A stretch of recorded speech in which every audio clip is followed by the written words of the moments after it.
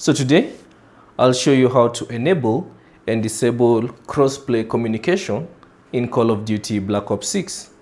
So this feature allows you to text chat or voice chat with other players in different platforms. So to enable or to disable this feature, simply launch the game and then press the options button on your controller and then use the R1 or the L1 button and go to settings. Here it is. Then scroll down and find account and network. So select it to proceed. And then from here, scroll down and find crossplay communication.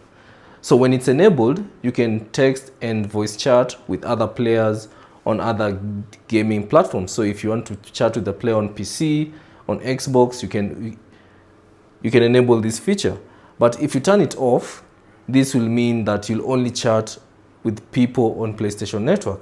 So to enable and disable it, simply select it to turn it on, or if you want it to disable it, select it to turn it off. So that's basically it on how to enable and disable the crossplay communication in Call of Duty Black Ops 6. Thanks for watching. If you have any questions, leave them down in the comment section below. And if you found this video useful, consider leaving a like and subscribing to the channel.